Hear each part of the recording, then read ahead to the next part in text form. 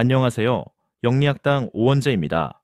오늘은 중국 명리학사론의 저자 육치극의 입춘세의 주장은 천문학적 근거 없는 허구임을 알려드리겠습니다. 명리학은 24절기로 년과 월을 정하고 청한과 지지를 짝지은 육식갑자로 연월일시를 표기합니다. 그 사람이 출생한 연월일시가 네 기둥의 8글자가 된다고 하여 사주팔자라고 지칭합니다. 사주팔자를 정하는 달력은 한 해의 기운이 처음 생하는 동지를 여건으로 삼고 이날을 최초 갑자년, 갑자월, 갑자일, 갑자시로 삼았습니다. 연월일시를 정하는 역법은 곧 사주팔자를 정하는 법칙이 됩니다. 따라서 사주팔자는 반드시 여건인 동시에 음양, 24절기, 60갑자의 기점인 동지를 기준으로 정해야 합니다.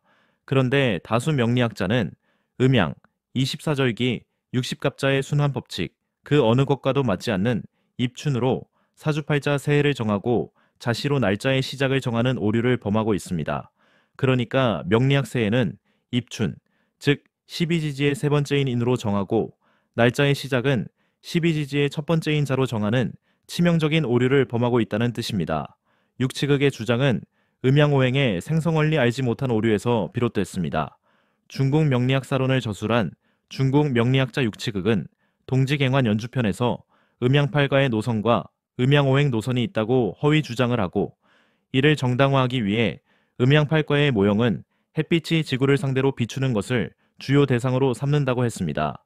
그래서 동지에서 일양이 생하는 것은 자연히 1년 순환 주기의 시작점이 된다고 할 수 있다고 했습니다. 그리고 음양오행 모형은 곧 이것은 천지 티안디를 동시에 돌아보고 하늘에는 음양이 있고 땅에는 오행이 있는 것을 고려한 것이 된다라는 어불성설의 논리로 설명을 덧붙였습니다. 음양과 오행은 모두 태양을 비롯한 천체의 운행에 따라 지구에 나타나는 기운의 변화를 상징한다는 것이 주역정이라는 경전의 결론입니다. 이를 고려하면 하늘에 음양이 있고 땅에 오행이 있다는 주장은 명백한 허구가 되는 것입니다. 그런데 육치극은 음양오행의 모형 끝점은 사계절의 순환을 중요한 대상으로 삼는다. 입춘절기를 먼저 취하여 1년 순환 주기의 시작점으로 삼는 것이며 바로 이것은 필연적이다라고 했습니다. 육치극의 이런 주장은 팔가해와 역법은 물론이고 음양과 육식갑자의 순환 법칙, 그 어느 것과도 맞지 않는 잘못된 결론이 됩니다. 이뿐만 아닙니다. 육치극은 동지로 명리학 새해를 정하면 사계절 오행용사의 시작을 바꾸어야 한다는 상식 밖의 황당한 주장도 했습니다.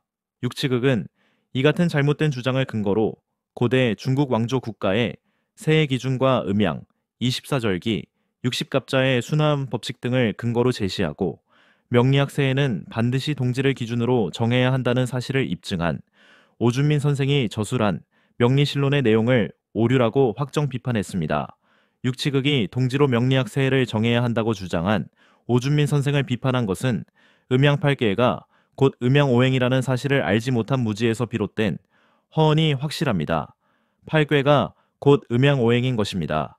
육치극이 태극이 음양을 생하고 음양이 금, 목, 수, 화를 생하고 금, 목, 수, 화가 팔괘를 생한다라고 한 주역정이라는 경전의 개사전 문장을 정확히 인식했다면 음양팔가의 노선, 음양오행 노선 운운하며 입춘으로 명리학 새해를 정해야 한다는 한심한 주장은 하지 않았을 것으로 판단됩니다.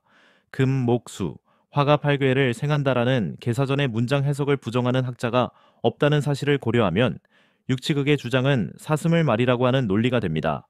음양팔가에는 곧 음양오행이라는 사실은 주역정의 개사전의 일부 문장과 그 해석을 통해서 확인할 수 있습니다.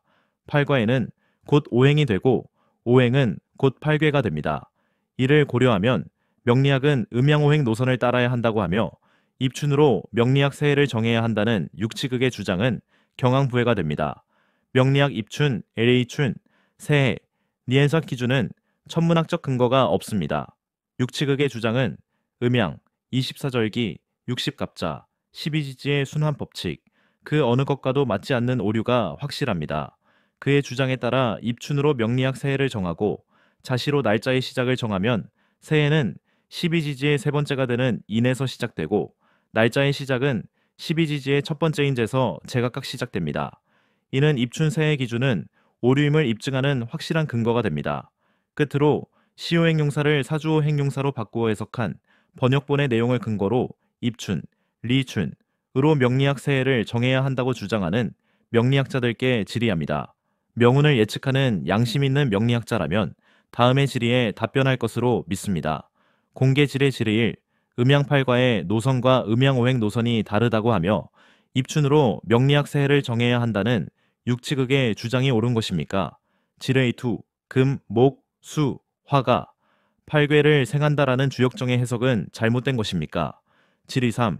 입춘으로 명리학 새해를 정하고 자시로 날짜를 정하는 기준이 음양, 24절기, 60갑자, 12지지의 순환법칙, 그 어느 것과 맞는 것입니까? 질의 4. 12지지의 순환법칙과도 맞지 않는 명리학 입춘 새해 기준을 고수하는 진정한 이유는 무엇입니까? 감사합니다.